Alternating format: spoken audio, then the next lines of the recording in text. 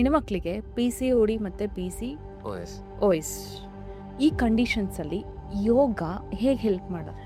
ಮೆನೋಪಸ್ಗೆ ಹೇಗೆ ಹೆಲ್ಪ್ ಮಾಡುತ್ತೆ ಯೋಗಾಭ್ಯಾಸ ಮಾಡಬೇಕಾ ಮೆನೋಪಸಲ್ಲಿ? Post pandemic ಅಂತೂ ನಿಮಗೆ ಗೊತ್ತು, travelling has become like a big trend. ದೇಶ ಸುತ್ತಬೇಕು, ಕೋಶ ಓದಬೇಕು, ಮ್ಯಾನಿಫೆಸ್ಟೇಷನ್ನ ನಂಬ್ತೀರಾ? ಖಂಡಿತ. What you think is how things are around you. ಆಹಾರ ಸೇವನೆ ಮಾಡಬೇಕಾದ್ರೆ ಆಹಾರವನ್ನು ಗಮನ ಕೊಟ್ಟು ತಿನ್ನಿ ಅಂತ ಹೇಳಕ್ ಪರಿಸ್ಥಿತಿಗೆ ಬಂದಿದೆ. ನೀವು ಮೌಂಟೇನ್ಸ್ ಅದೆಲ್ಲ ಟ್ರಾವೆಲ್ ಮಾಡಿದ್ದೀರಾ, ತುಂಬ ಎಕ್ಸ್ಪೀರಿಯನ್ಸ್ ಮಾಡಿದ್ದೀರಾ. ಇಲ್ಲೆಲ್ಲ ನಿಮ್ಗೆ ಅನುಭವಕ್ಕೆ ಬಂದಂಥ ವಿಷಯ ಅಂದರೆ ಏನು ಕಾನ್ಸೆಪ್ಟ್ ಇತ್ತು, ಏನು ಎಕ್ಸ್ಪೀರಿಯನ್ಸ್ ಮಾಡಿದ್ರಿ ಮೌಂಟೇನ್ಸ್ಗೆಲ್ಲ ಟ್ರಾವೆಲ್ ಮಾಡಿ ಹತ್ತಿ? ನೋಡಿ, ನಾವೆಲ್ಲ ಏನು ಮಾಡ್ತೀವಿ ಅಂದರೆ, ನಾವು ಬೆಂಗಳೂರಲ್ಲಿದ್ದೀವಿ, ಆಯಿತಾ, ಸಿಟಿಲಿದ್ದೀವಿ, ಸಿಟಿ ಜೀವನ ಮಾಡ್ತಾ ಇದ್ದೀವಿ. ಎಷ್ಟರ ಮಟ್ಟಿಗೆ ಕಚ್ಕೊಂಡಿರ್ತಾರೆ ಜನ ಇಲ್ಲಿ ಅಂತ ಹೇಳಿದ್ರೆ, ಮನೆ ಬಿಟ್ಟು ಹೊರಗೆ ಹೋಗ್ಬೇಕಂದ್ರೆ 1,000 ಸತಿ ಯೋಚನೆ ಮಾಡ್ತಾರೆ. ನಾನು ಎಲ್ಲರಿಗೂ ಹೇಳ್ತೀನಿ, ಮನೆ ಬಿಟ್ಟು ಹೋಗಿ, ಮನಸ್ಸನ್ನು ಬಿಟ್ಬಿಟ್ಟು ಹೋಗಿ. ಇವಾಗ ನೀವು ಟ್ರಾವೆಲ್ ಮಾಡ್ತೀರಾ ಅಂತ ಹೇಳಿದ್ರೆ, ನೀವು ಯಾವ ಮಾನಸಿಕ ಸ್ಥಿತಿಲಿರ್ತೀರಾ ಅದರಿಂದ ಹೊರಗೆ ಬಂದಾಗ ನೀವು ಅಷ್ಟೇ ಹೊರಗೆ ಹೋಗೋಕ್ಕಾಗೋದು. ಇವಾಗ ಮನೆಯಿಂದ ಆಚೆ ಹೋಗ್ಬೇಕಂದ್ರೂ ನೀವು ಮನೇಲಿರೋ ಮಾನಸಿಕ ಸ್ಥಿತಿಯನ್ನು ಬಿಟ್ಟು ಒಂದು ಹೊಸ ಮಾನಸಿಕ ಸ್ಥಿತಿ ಬರುತ್ತೆ, ಅದರಿಂದ ಹೊರಗೆ ಹೋಗ್ತೀರಾ. ಇದು ಯಾವಾಗಲೂ ವರ್ಷಕ್ಕೆ ಒಂದ್ಸತಿ ಹಬ್ಬ ಬಂದಾಗ, ಪೂಜೆ ಆದಾಗ ಆದರೆ ಏನೂ ಪ್ರಯೋಜನ ಇಲ್ಲ. ಯಾವಾಗಲೂ ಈ ಮಾನಸಿಕ ಈ ಈ ಈ ಈ ಈ ಮಾನಸಿಕವಾದ ಅಪ್ರೋಚ್ ಇರಬೇಕು ನಿಮಗೆ. ಮನೇಲಿರ್ತೀರಾ, ಹೊಸ ಅನುಭವಗಳಾಗಬೇಕು ಅಂದರೆ ಬಿಟ್ಟು ಹೋಗಬೇಕು. ದೊಡ್ಡದಾಗಿ ಮನೆ ಕಟ್ಕೊಂಡು ಲಕ್ಷಾನುಗಟ್ಟಲೆ ಸಾಲ ತೀರಿಸ್ಕೊಂಡು ಸಾಯೋ ತನಕ ಅಲ್ಲೇ ಇದ್ರೆ ಏನೂ ಪ್ರಯೋಜನ ಇಲ್ಲ. ಮನೆ ಇರುತ್ತೆ ಹೊರ್ತು ಮನೇಲಿ ಮನಸ್ಸಿರಲ್ಲ. ಮನೇಲಿ ಜನರಿರ್ತಾರೆ, ಜನರಲ್ಲಿ ಮನಸ್ಸಿರಲ್ಲ. ಏನು ಪ್ರಯೋಜನ? ನಾನು ಏನಕ್ಕೆ ಬೆಟ್ಟಗಳಿಗೆ ಹೋಗ್ತೀನಿ ಅಂತ ಹೇಳಿದ್ರೆ, ನೋಡಿ, ನೀವು ಒಬ್ಬೊಬ್ರದ್ದು ಒಂದೊಂದು ಪ್ರಕೃತಿ ಇರುತ್ತೆ, ಆಯಿತಾ.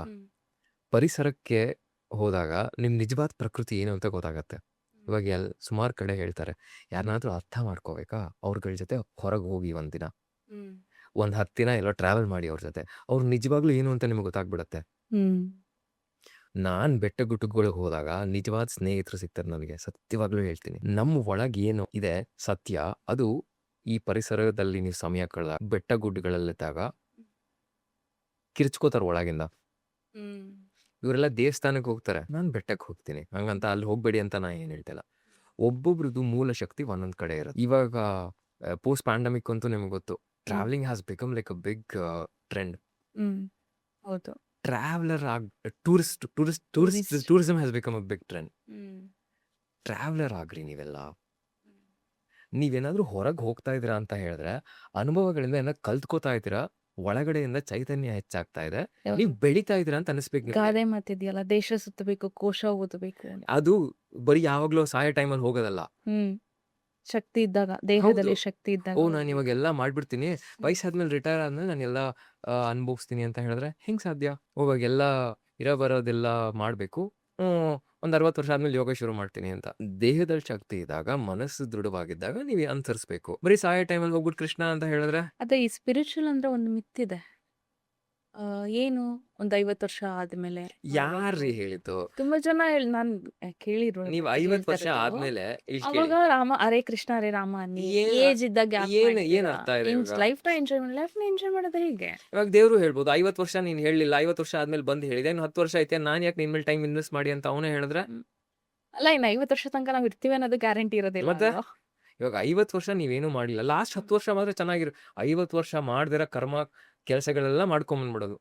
ನಾನು 10 ವರ್ಷ ಸಾಯೋ ಟೈಮಲ್ಲಿ ನಂಗೆ ಎಲ್ಲರೂ ಚೆನ್ನಾಗಿ ನೋಡ್ಕೋಬೇಕು ಅಂತ ಹೇಳಿದ್ರೆ, ಮಾಡ್ದಿರೋ ಕರ್ಮಗಳನ್ನ ಅನುಸರಿಸ್ಕೊಂಬಂದ್ರಿ. ಇದು ಯಾರ ಜವಾಬ್ದಾರಿ? ನನ್ನ ದೇವ್ರು ನೋಡ್ಕೋತಾನೆ ಇಲ್ಲ ನಂಗೆ ವಯಸ್ಸಾದ್ಮೇಲೆ ಅಂತ ಹೇಳಿದ್ರೆ, ನೀವು ವಯಸ್ಸಿದ್ದಾಗ ಸರಿಯಾಗಿ ಬದುಕಬೇಕಾಗಿತ್ತು. ಹೌದು, ನೀವು ವಯಸ್ಸಿದ್ದಾಗ ಸರಿಯಾಗಿ ಬದುಕಿದ್ರೆ ಹಿಂಡಾಗಿ ಬರ್ತಾರೆ ಜನ ನಿಮ್ಮನ್ನ ನೋಡ್ಕೊಳಕ್ಕೆ. ನಿಮಗೆ ನೀವು ಸರಿ ಇಲ್ಲ ಅಂತ ಹೇಳಿದ್ರೆ. ಇವಾಗ ಗುರುಕುಲಗಳೇ ಮತ್ತೆ ಇದೆ, ಗುರುಗಳಿಗೆ ಶಿಷ್ಯಂದಿರು ಏನಕ್ಕೆ ಇರ್ತಾರೆ ಹೇಳಿ? ಗುರು ಶಿಷ್ಯನಿಗೆ ಜ್ಞಾನ ಕೊಡ್ತಾನೆ, ಶಿಷ್ಯನ ಕರ್ತವ್ಯ ಅವನಿಗೆ ಒಳಗಿಂದ ಅರ್ಥ ಆಗತ್ತೆ, ಇಲ್ಲ ಇವ್ರು ನೋಡ್ಕೊಳ್ಳೋ ಜವಾಬ್ದಾರಿ ನಂದು ಅಂತ. ಇವಾಗ ಮಕ್ಕಳೇ ತಂದೆ ತಾಯಿ ಜವಾಬ್ದಾರಿ ತಗೊಳಲ್ಲ, ಇನ್ ಯಾವ ಖುಷಿಗೆ ನೀವು ಸಂಸಾರ ಮಾಡ್ತಾ ಇದ್ದೀರಾ? ಅರ್ಥ ಇದೆಯಾ ಇದ್ರಲ್ಲಿ? ನನ್ ಸಂಸಾರ, ನನ್ ಫ್ಯಾಮಿಲಿ ಏನಕ್ಕೆ ಹೊಡೆದಾಡ್ತಾ ಇದ್ದೀರಾ ನೀವು? ಹೊರಗೆ ಹೋಗ್ಬೇಕು ನೀವು. ನಾನು ರಿಟೈರ್ ಆದ್ಮೇಲೆ ಹೋಗ್ತೀನಿ ಅಂತ ಹೇಳಿದ್ರೆ. ಅನುಭವಗಳು, ಇವಾಗ ಶಕ್ತಿ ಪೀಠಗಳಿದೆ ನಮ್ಮ ಭಾರತದಲ್ಲಿ, ಜ್ಯೋತಿರ್ಲಿಂಗ. ಏನಕ್ಕೆ ಈ ಜಾಗಗಳಿಗೆಲ್ಲ ಹೋಗ್ಬೇಕು? ಭಾವನೆಗಳು ಬದಲಾಗುತ್ತೆ. ನೀವು ವ್ಯಕ್ತಿ ಯಾವ ವ್ಯಕ್ತಿ ಆಗಿರ್ತಾರ ಅದನ್ನ ಪರಿವರ್ತನೆ ಆಗತ್ತೆ ನಿಮ್ಮಲ್ಲಿ. ಈ ಬೆಟ್ಟಗುಡ್ಡಗಳಿಗೆ ಹೋಗಿ, ಹೊರಗಡೆ ಹಳ್ಳಿ ಕಡೆ ಹೋಗಿ, ಮನೆ ಬಿಟ್ಟು ಹೋಗಿ, ಬದಲಾವಣೆ ಆಗತ್ತೆ, ಬೆಳವಣಿಗೆ ಆಗತ್ತೆ. ಇದು ಮೂಲ ಉದ್ದೇಶ. ನಾನು ಹೊರಗೆ ಹೋಗೋದು ಬೆಳವಣಿಗೆ ಆಗ್ಬೇಕು, ಮನಸ್ಸು ತಿಳಿ ಆಗ್ಬೇಕು. ಯಾವಾಗ್ಲೂ ವರ್ಷಕ್ಕೊಂದ್ಸತಿ ತಿಳಿ ಆದ್ರೆ ಏನು ಚಿಂತೆ ಇಲ್ಲ. ಯಾವಾಗ್ಲೂ ತಿಳಿ ಆಗ್ಬೇಕು ಮನಸ್ಸು. ಮಾಡೋ ಕೆಲಸದಲ್ಲಿ ಮನಸ್ಸು ತಿಳಿ ಆಗಿಲ್ಲ ಅಂತ ಹೇಳಿದ್ರೆ ಒಂದು ತಿಂಗಳು ಕೆಲಸ ಮಾಡ್ತೀನಪ್ಪ, 5 ದಿನ ರಜಾ ತಗೋತೀನಿ ನಾನು ಎಲ್ಲರೂ ಆಚೆ ಹೋಗಕ್ಕೆ ಅಂತ ಹೇಳಿದ್ರೆ, ಕೆಲಸದಲ್ಲೇ ತಿಳಿತನ ಬರ್ಬೇಕು ನಿಮಗೆ. ಹೋಗ್ತಾ ಹೋಗ್ತಾ ಹೋಗ್ತಾ ಹೋಗ್ತಾ ಆ ಶಕ್ತಿ ಎಲ್ಲ ನಮ್ಮಲ್ಲಿ ಬರುತ್ತೆ. ಆವಾಗ ನಾ ಸಿಟಿಲಿದ್ರು ಬೆಟ್ಟದಲ್ಲಿರೋ ಮನೋಭಾವನೆನೇ ಬರುತ್ತೆ.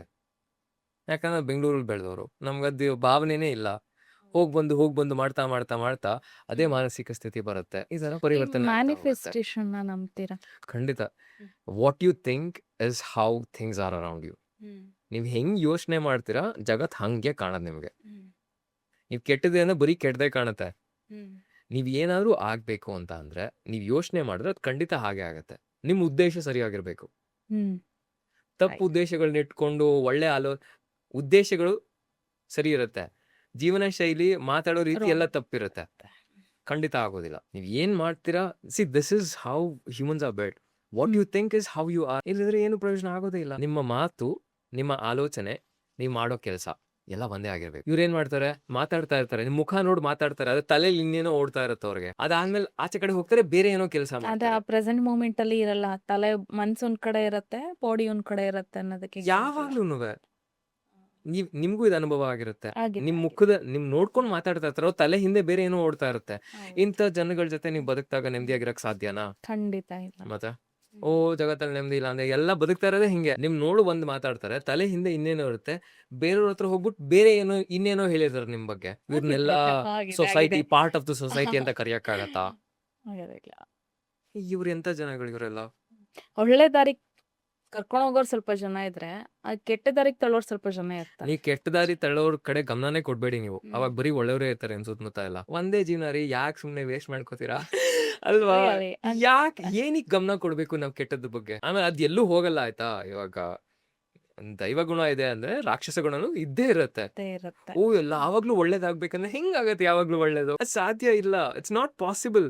ಅಲ್ಲ, ಎರಡನ್ನೂ ಕಷ್ಟ ಸುಖ ಎರಡನ್ನೂ ಅನುಭವಿಸ್ದಾಗ್ಲೇ ಲೈಫ್ ಏನು ಅಂತ ಗೊತ್ತಾಗುತ್ತೆ. ಅಲ್ಲ ಯಾವಾಗ್ಲೂ ಎಲ್ಲ ಸರಿಗಿರ್ಬೇಕು ಅಂತ ಹೇಳಿದ್ರೆ ಎಲ್ಲ ಅದು ಒಂಥರ ನನ್ಗನ್ಸುತ್ತೆ, ಸೈಕೋಗಳಾಗ್ಬಿಡ್ತೀವಿ ನಾವು ಅವಾಗ ಅಂತ.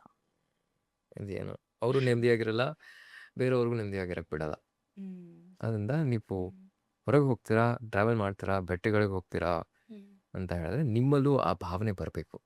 ನೀವು ಪ್ರಕೃತಿಯಷ್ಟು ವಿಶಾಲವಾಗಬೇಕು ಒಳಗೆ. That is this whole purpose of why I travel. ನೋಡ್ತೀರಿ ಎಷ್ಟು ನೆಮ್ಮದಿ ಇರುತ್ತೆ ಅಲ್ಲಿ ಹೋದಾಗ, ಎಷ್ಟು ಪ್ರಶಾಂತ ವಾತಾವರಣ ಇರುತ್ತೆ, ಎಷ್ಟು ಇರುತ್ತೆ. ನಿಮ್ಗೆ ದಿಸ್ ನೋ ಲಿಮಿಟ್. ತುಂಬಾ ಮತ್ತೆ ತುಂಬಾ ಹಂಗ ತುಂಬಾ ನೀವ್ ಯಾಕೆ ಒಳಗ ನಿಮ್ಗೆ ಆತರ ಅನುಭವ ಆಗಲ್ಲ ದಿನಾಗ್ಲೂ? ನೀವೊಂದ್ ಚಿಕ್ಕ ರೂಮಲ್ಲಿ, ಇವಾಗ ಈ ಚಿಕ್ಕ ರೂಮಲ್ಲಿ ಇದ್ದು ನಿಮ್ಗೆ ಆತರ ಅನುಭವ ಆಗ್ತಾ ಇದೆ ಅಂದ್ರೆ ನಿಮ್ಗೆ ಬೆಟ್ಟಕ್ಕೆ ಹೋಗೋ ಅವಶ್ಯಕತೆ ಇಲ್ಲ. ನನಗೆ ಅದು ಯಾವಾಗ್ಲೂ ಆಗಲ್ಲ, ಆದ್ರಿಂದ ನಾನು ಹೋಗ್ತೀನಿ. ಹೆಣ್ಮಕ್ಳಿಗೆ PCOD ಮತ್ತೆ PCOS ಈ ಕಂಡೀಷನ್ಸ್ ಅಲ್ಲಿ ಯೋಗ ಹೇಗೆ ಹೆಲ್ಪ್ ಮಾಡುತ್ತೆ? ಯಾ PCOS ಇವಾಗ it's become very very common in India. Especially almost 1 in every 3rd women is experiencing this. ಇದು ಮೂಲ ಉದ್ದೇಶ ಇದಾಗೋದಕ್ಕೆ ಲೈಫ್ ಸ್ಟೈಲ್ ಚೇಂಜಸ್. ಆಹಾರ ಪದ್ಧತಿ ಬದಲಾಗಬೇಕು, ಮೊದಲು ದಿನಚರಿ ಬದಲಾಗಬೇಕು, ಅವ್ರ ಮಾನಸಿಕ ಸ್ಥಿತಿ ಬದಲಾಗಬೇಕು. ನಾವು if you look at the history, ಇವಾಗ ನಮ್ಮ ಭಾರತೀಯ ಪರಂಪರೆ ನೀವು ತಗೊಂಡ್ರಿ ಅಂತ ಹೇಳಿದ್ರೆ, ಇವಾಗ ಹೇಗೆ ಜೀವನ ಮಾಡ್ತಾ ಇದ್ದಾರೆ ಆ ರೀತಿ ಜೀವನ ಮಾಡ್ತಾ ಇರಲಿಲ್ಲ ನಮ್ಮ ಪೂರ್ವಿಕರು.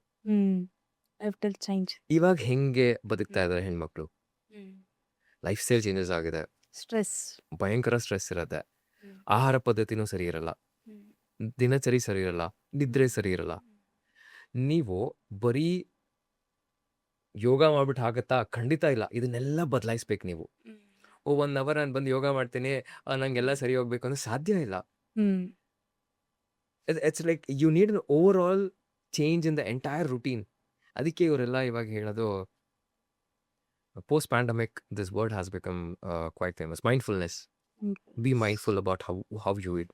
ಇವಾಗ ಹೆಂಗಾಗಿದೆ ಅಂದ್ರೆ ಹೇಳಿದ್ರೆ, ನೀವು ಆಹಾರ ಸೇವನೆ ಮಾಡ್ಬೇಕಾದ್ರೆ ಆಹಾರವನ್ನು ಗಮನ ಕೊಟ್ಟು ತಿನ್ನಿ ಅಂತ ಹೇಳಕ್ ಪರಿಸ್ಥಿತಿಗೆ ಬಂದಿದೆ. ಅಲ್ಲೇನೋ ಟಿವಿ ನೋಡ್ತಾರೆ, ಬಾಯ್ಗೆ ಹಾಕೋತಾರೆ, ಇಲ್ಲೇನೋ ಫೋನ್ ನೋಡ್ತಾರೆ, ಏನೋ ತಿಂತಾರೆ. ಈ ತರ ಆಹಾರ ಪದ್ಧತಿ ಸೇವನೆ ಮಾಡಿದ್ರೆ ಅರ್ಥ ಇದೆಯಾ? ಸೂರ್ಯ ಇದ್ದಾಗ ಎದ್ದಿರ್ಬೇಕು, ಅವ್ನ್ ಮುಳುಗ್ದಾಗ ನೀವು ಮಲ್ಕೋಬೇಕು, ಅವ್ನ್ ಕೆಳಗೆ ಹೋದಾಗ ನೀವು ಎದ್ದು ಕೂತಿರ್ತೀರ ಹಾ ಅಂತ. ನೀವು ಪ್ರಕೃತಿ ಜೊತೆ ಸಿಂಕ್ರೊನೈಸೇ ಆಗ್ತಾ ಇಲ್ಲ. You going against the nature. Obviously ದೇಹ ಏನಕ್ಕೆ ಕೇಳತ್ತೆ? ಮುಂಚೆ ಎಲ್ಲ ನಮ್ಗೆ ಹೊರಗೆ ತಿನ್ನೋ ಅಭ್ಯಾಸ ಇರಲಿಲ್ಲ, ರೆಸ್ಟೋರೆಂಟ್ಗಳು ಇರಲಿಲ್ಲ, ಇವಾಗಿರೋ ಹೋಟ್ಲುಗಳು ಇರಲಿಲ್ಲ. ನೆಮ್ಮದಿಯಾಗಿ ಆರೋಗ್ಯವಾಗಿ ಅಡುಗೆ ಮಾಡ್ಕೊಂಡು ತಿಂತಾ ಇದ್ರು. ಹೌದು. 3 ಹೊತ್ತು ನೀವು ತಿಂತೀರಾ, ತಿಂಡಿ, ಮಧ್ಯಾಹ್ನ ಊಟ, ರಾತ್ರಿ ಊಟ. ಇದು ಪ್ರಸಾದ. This is the medicine. ಗಮನನೇ ಕೊಡಲ್ಲ ಅದಕ್ಕೆ. ಇವಾಗ ನೀವು ತಿನ್ನೋದ್ರ ಕಡೆನೆ ಗಮನ ಕೊಟ್ಟಿಲ್ಲ ಅಂತ ಹೇಳಿದ್ರೆ ದೇಹ ನೀವು ಹೇಳಿದ ಮಾತು ಏನಕ್ಕೆ ಕೇಳುತ್ತೆ ಹೇಳಿ? ಅದ್ರ ಜೊತೆಗೆ ಆಚೆ ತಿನ್ನಕ್ ಶುರು ಮಾಡ್ತೀರಾ. ನಿಮ್ಗೂ ಗೊತ್ತು ಅಡಲ್ಟ್ರೇಷನ್ ಎಷ್ಟರ ಮಟ್ಟಿಗೆ ಹೋಗಿದೆ ಅಂತ. ತರಕಾರಿಯಿಂದ ನೀರ್ನು ಬಿಡ್ತಾ ಇಲ್ಲ ಯಾರು ಇವಾಗ. ನೀರು, ಹಾಲು, ತರಕಾರಿ ಎಲ್ಲಾ ಕಡೆ ಅಡಲ್ಟ್ರೇಷನ್ ಇರುತ್ತೆ. ಹಿಂಗಾದಾಗ ದೇಹ ಹೆಂಗ್ ತಡ್ಕೊಳತ್ತೆ? ಅದಕ್ಕೆ ಇವಾಗಿಲ್ಲ 8ನೇ ಕ್ಲಾಸ್ ಮಕ್ಕಳಿಗೆಲ್ಲ ಬಿಳಿ ಕೂದಲಿದೆ. ನಂಗೆ ಇವಾಗ ಬರ್ತಾ ಇದೆ, ಅವ್ರಿಗೆ ಅವಾಗ್ಲೇ ಇದೆ. ಇನ್ನು ವ್ಯಾರ್ ಪೀಪಲ್ ಗೋಯಿಂಗ್ ಟುವರ್ಡ್ಸ್? ಹಿಂಗೆಲ್ಲ ಆದಾಗ ಹೆಂಗ್ ಆಬ್ವಿಯಸ್ಲಿ PCOS ಇದ್ದೇ ಇರುತ್ತಲ್ವಾ? ಆದ್ರೆ ನೀವು ಇದನ್ನೆಲ್ಲ ಬದಲಾಯಿಸ್ಕೊಂಬನ್ನಿ. ಆಹಾರ ಪದ್ಧತಿ ಬದಲಾಯಿಸ್ಬೇಕು, ಜೀವನ ಶೈಲಿ ಬದಲಾಯಿಸ್ಬೇಕು, ಸರಿಯಾದ ಸಮಯಕ್ಕೆ ತಿನ್ನಬೇಕು, ಸರಿಯಾದ ಸಮಯಕ್ಕೆ ನಿದ್ರೆ ಮಾಡಬೇಕು. ಅರ್ಧ ಅಲ್ಲೇ ಅದರಿಂದ ಹೊರಗೆ ಬರ್ತೀರಾ ನೀವು. ಅದಾದ ನಂತರ ಯೋಗದ ಅಭ್ಯಾಸಗಳು, ಆಸನಾಭ್ಯಾಸ, ಪ್ರಾಣಾಯಾಮ ಅದನ್ನೆಲ್ಲ ಮಾಡ್ತಾ ಬಂದ್ರೆ ಸಹಜವಾಗೂ ಅದರಿಂದ ಹೊರಗೆ ಬರ್ತೀರಾ. ನೀವು ಡಾಕ್ಟರ್ಸ್ಗಳು ಹೇಳೋದು ಒಂದು, ರಿಯಾಲಿಟಿಲಿ ಇರೋದು ಇನ್ನೊಂದು. ಇವಾಗ ನೀವು ಮೆಡಿಸಿನ್ ತಗೊಳಕ್ ಶುರು ಮಾಡಿ ಆಯ್ತಾ, ಇಟ್ಸ್ ನೆವರ್ ಎಂಡಿಂಗ್ ಪ್ರಾಸೆಸ್. ಸಾಯ ತನಕ ನೀವು ತಗೋಬೇಕು ಅಂತ ಹೇಳ್ತಾರೆ. ಇವಾಗ diabetes, India is now become the diabetic capital of the world. Every 1 in 5 Indian is diabetic. Diabetes ಏನಂತಾನೆ ಗೊತ್ತಿರಲಿಲ್ಲ ಇಂಡಿಯಾನಲ್ಲಿ. ಏನಕ್ಕೆ ಇದಾಯ್ತು? ಶುಗರ್ ಕನ್ಸಂಪ್ಷನ್ ಜಾಸ್ತಿ ಆಯ್ತು, ಆಚೆ ತಿನ್ನೋದು ಜಾಸ್ತಿ ಆಯ್ತು. ಯಾರಿಗೂ ಮುದ್ದೆ ಅಂದ್ರೆ ಏನಂತಾನೆ ಗೊತ್ತಿಲ್ಲ, ಆ ಪರಿಸ್ಥಿತಿಗೆ ಬಂದಿದ್ದಾರೆ ಮಕ್ಕಳೆಲ್ಲ. ಇವಾಗ ಫೋನ್ ಒಂದು ಟಕ್ಕಂತ ಬರ್ತರೆ, ಡೋರ್ ಮುಂದೆ ತಗೊಂಬಂದು ಡೆಲಿವರಿ ಮಾಡ್ತಾರೆ. ಅದ್ ಹೆಂಗೆ ಪ್ರಿಪೇರ್ ಮಾಡಿದ್ರು ಅದನ್ನ ಯಾರು ನೋಡಲ್ಲ, ಅದನ್ನೇ ತಿಂತಾರೆ. ಇನ್ನೇನ್ ಡಯಾಬಿಟಿಸ್ ಬರ್ದೇನೆ ಏನ್ ಬರತ್ತೆ? ಕಾಯಿಲೆಗಳ ಲಿಸ್ಟೇ ಇದೆ ಜನಕ್ಕೆ ಬಂದಾಗ. 20 ವರ್ಷ 25 ವರ್ಷದವ್ರು ಬರ್ತಾರೆ ನನ್ನ ಹತ್ರ, ದೊಡ್ಡ ಲಿಸ್ಟ್ ಇರುತ್ತೆ ಅವ್ರ ಹತ್ರ, ನನ್ಗೆ ಇದಿದೆ ಅದಿದೆ ಅಂತ. ನನ್ ಮೊದ್ಲು ಕೇಳೋದು, ನಿಮ್ ಜೀವನ ಶೈಲಿ ಹೆಂಗಿದೆ? ನೀವ್ ಆಹಾರ ಪದ್ಧತಿ ಸರಿ ಇಲ್ಲ, ನಿಮ್ ಜೀವನ ಶೈಲಿ ಸರಿ ಇಲ್ಲ ಅಂತ ಹೇಳಿದ್ರೆ ನಾನಲ್ಲ, ದೇವ್ರು ಬಂದ್ರು ನಿಮ್ಗೆ ಏನು ಮಾಡೋಕ್ಕಾಗಲ್ಲ. ಆದ್ರೆ ಇದನ್ನ ಬದಲಾಯಿಸ್ಕೊಳ್ಳಿ, ಸಹಜವಾಗಿ ಎಲ್ಲ ಸರಿ ಹೋಗುತ್ತೆ.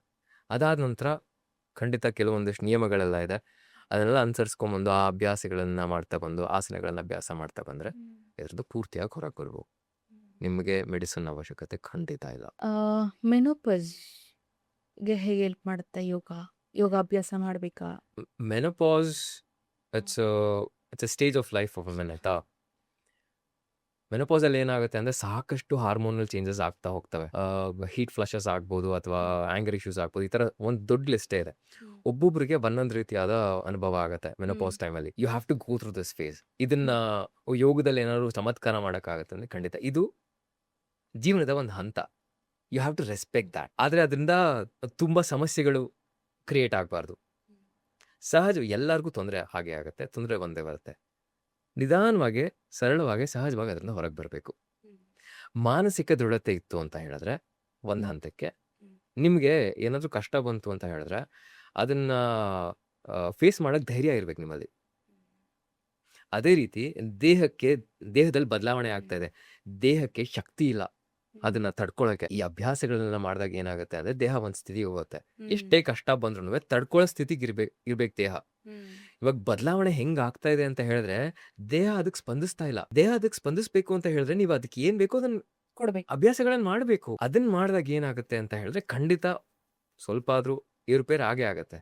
ಆದ್ರೆ 2-3 ವರ್ಷಗಳ ತನಕ ನೋವು ತಿನ್ನೋ ಅವಶ್ಯಕತೆ ಇರೋದಿಲ್ಲ. ಶೀರ್ಷಾಸನ, ಸರ್ವಾಂಗಾಸನ ಅಭ್ಯಾಸ it's a boon for humans. Especially ಮಹಿಳೆಯರಿಗಂತೂ ಶೀರ್ಷಾಸನ, ಸರ್ವಾಂಗಾಸನದ ಅಭ್ಯಾಸ ಇಟ್ಸ್ ಮ್ಯಾಂಡೇಟ್ರಿ. ಇವಾಗ ನನ್ನ ಶಾಲೆನಲ್ಲೂ ಪ್ರತಿ ವಾರದಲ್ಲಿ 2 ದಿನ ಇದ್ದೇ ಇರುತ್ತೆ, ಅಥವಾ 1 ದಿನ ಇದ್ದೇ ಇರುತ್ತೆ. ವಾರದಲ್ಲಿ 1 ದಿನ 2 ದಿನ ಪ್ರಾಕ್ಟೀಸ್ ಖಂಡಿತ ಇಲ್ಲ, ನಾನ್ ಹೇಳ್ಕೊಡೋದು ಅಷ್ಟು. ಇವಾಗ 5 ದಿನ, ವಾರಕ್ಕೆ 5 ದಿನ ಬರ್ತಾರೆ ಅಂತ ಅನ್ಕೊಳ್ಳಿ ನನ್ನ ಶಾಲೆನಲ್ಲಿ. 1 ದಿನ ಇದನ್ನೇ ಮಾಡಿಸ್ತೀನಿ, ಮಿಕ್ಕಿ ದಿನದಲ್ಲಿ ಬೇರೆ ಬೇರೆ ಅಭ್ಯಾಸಗಳು ಇರ್ತವೆ. ಒಂದಿನ ಧ್ಯಾನ ಹೇಳ್ಕೊಡ್ತೀನಿ, ಒಂದಿನ ಪ್ರಾಣಾಯಾಮ ಹೇಳ್ಕೊಡ್ತೀನಿ, ಮಿಕ್ಕಿದಿನೆಲ್ಲ ಆಸನ ಅಭ್ಯಾಸ ಇರುತ್ತೆ. ಎಲ್ಲಾನು ಬೇಕು. ಇವಾಗ ವಾರಕ್ಕೆ 1 ದಿನ ಮಾತ್ರ ಊಟ ಮಾಡ್ತೀನಿ, ಎಲ್ಲ ದಿನ ನಾನು ಗಟ್ಟಿಯಾಗಿರಕ್ಕೆ ಸಾಧ್ಯ ಅಂದ್ರೆ ಇರಕ್ಕಾಗತ್ತೆ? ಸಾಧ್ಯ ಇಲ್ಲ. ಇವಾಗ ಕರ್ನಾಟಕದಲ್ಲಿ ಬೆಳೆದವರು ಬರೀ ವಾರಕ್ಕೆ 1 ದಿನ ಅನ್ನ ತಿಂತೀನಿ ಅಂದ್ರೆ ಹುಚ್ಚರಾಗ್ಬಿಡ್ತಾರೆ ಅವ್ರು ಅಷ್ಟೇ. ಆಗಲ್ಲ. 2 ದಿನ 3 ದಿನ ಮೇಂಟೈನ್ ಮಾಡ್ಬೋದು. ಅದ್ರ ಮೇಲೆ ದೇಹಕ್ಕೆ ಏನ್ ಬೇಕೋ ಅದನ್ನ ಕೊಟ್ಟು ಅದನ್ನ ನೋಡ್ಕೊಂಡ್ರೆ ಅದು ನಿಮ್ಮನ್ನ ನೋಡ್ಕೊಳತ್ತೆ. ಇಲ್ಲ ಅಂದ್ರೆ ವಯಸ್ಸಾದ್ಮೇಲೆ ಅದು ಕೈ ಕೊಡತ್ತೆ. ಹಾ. ಇವಾಗ ಹೆಂಗ್ ನಿಮ್ಗೆ ಮಕ್ಕಳು ಅವ್ರು ಇವರೆಲ್ಲ ಕೈ ಕೊಡ್ತಾರೆ ಅದೇ ರೀತಿ ದೇಹನೂ ಕೈ ಕೊಡೋದು. ಇದು ಸಹಜ. ಇದು ಪ್ರಕೃತಿ ನಿಯಮ. ನೀವು ಅದನ್ನ ನೋಡ್ಕೊಳ್ಳಿ, ಅದು ನಿಮ್ಮನ್ನ ನೋಡ್ಕೊಳತ್ತೆ. ಇಲ್ವಾ ನೀವು ವಯಸ್ಸಿದ್ದಾಗ ಚೆನ್ನಾಗಿ you use and abuse the body, ಅದು ಕೇಳಲ್ಲ ನಿಮ್ಗೆ. ಏನಕ್ಕೆ ಕೇಳ್ಬೇಕದು? ವಯಸ್ಸಾದ್ಮೇಲೆ ಆರೋಗ್ಯ ಪದ್ಧತಿ, ಆಹಾರ ಪದ್ಧತಿ ಎಲ್ಲ ಬದಲಾಯಿಸ್ಕೊಳ್ಳೋದಲ್ಲ. ವಯಸ್ಸಿದ್ದಾಗ ಸರಿಯಾಗಿ ಅನುಸರಿಸ್ಬೇಕು. ಸೊ ಅವಾಗ ಅವಾಗ ಚೆನ್ನಾಗಿರ್ತೀವಿ. ಎಕ್ಸಾಕ್ಟ್ಲಿ. ಇವರು ವಯಸ್ಸಾದಾಗ ಕಷ್ಟ ರಿಟೈರ್ಮೆಂಟ್ಗೆ ಆಗುತ್ತೆ. SIP ಮಾಡ್ತಾರೆ, ಸೇವಿಂಗ್ಸ್ ಮಾಡ್ತಾರೆ, ಎಲ್ಲ ಹೌದು. ಮಾಡ್ತಾರೆ, ಇನ್ಶೂರೆನ್ಸ್ ಎಲ್ಲ ಮಾಡಿ ಇಟ್ಕೋತಾರೆ. ಹಾ. ಫೈನಾನ್ಷಿಯಲಿ ಸ್ಟ್ರಾಂಗ್ ಆಗಿರ್ತಾರೆ ರಿಟೈರ್ ಆದ್ಮೇಲೆ. ಫಿಸಿಕಲಿ ಮೆಂಟಲಿ ಸ್ಟ್ರಾಂಗ್ ಇಲ್ಲ ಯಾರುವೆ. ಬ್ಯಾಂಕಲ್ಲಿ ಇಷ್ಟು ದೊಡ್ಡ ಬ್ಯಾಲೆನ್ಸ್ ಇರುತ್ತೆ, ದೇಹದಲ್ಲಿ ಶಕ್ತಿ ಇಲ್ಲ. ಎಂಜಾಯ್ ಮಾಡಕ್ಕಾಗಲ್ಲ. ಏನ್ ಮಾಡ್ತೀರಾ ಅದನ್ನ ಬೇರೆಯವ್ರಿಗೆ ಇಟ್ಕೊಂಡು? ಮಾಡಿಟ್ಟಿ ಟಿಕೆಟ್ ತಗೊಳ್ತಾರೆ. ಹೋಗ್ಬೇಕಾದ್ರೆ ಎಲ್ಲ ನನ್ ಮಕ್ಳಿಗೆ ಕೊಟ್ಟು ಇನ್ನು ಯಾವ ಟಿಕೆಟ್ ಖುಷಿಗೆ ನೀವು ತಗೊಳ್ತಾರೆ ಜೀವನ ಅಷ್ಟೇ. ಮಾಡಿದ್ರಯ್ಯ. ನೀವು ಜೀವನ ಮಾಡ್ಬೇಕಾದ್ರೆ ನಿಮ್ಗೆ ಅನುಭವ ಆಗ್ಬೇಕು. ನಿಮ್ಗೆ ಎಕ್ಸ್ಪೀರಿಯನ್ಸಸ್ ಅದು. ಯಾರೋ ನೆಕ್ಸ್ಟ್ ಜನರೇಷನ್ಗೆ ಬಿಟ್ಟು ಹೋಗೋದಲ್ಲ. ನೆಕ್ಸ್ಟ್ ಜನರೇಷನ್ಗೆ ದುಡಿಯೋದನ್ನ ಕಲಿಸ್ಬೇಕು, ಬದುಕೋದನ್ನ ಕಲಿಸ್ಬೇಕು. ಸೊ ದುಡ್ಡು ಮಾಡಿ ಇಟ್ಟೋಗೋದ್ರಿಂದ ಖರ್ಚು ಮಾಡ್ತಾರೆ. ಇಡೀ ಇಡೀ ಅದೇ ಎಷ್ಟು ಬೇಕೋ ಬದುಕೋಕ್ಕಾಗತ್ತೆ. ಅಷ್ಟು ಹಾ.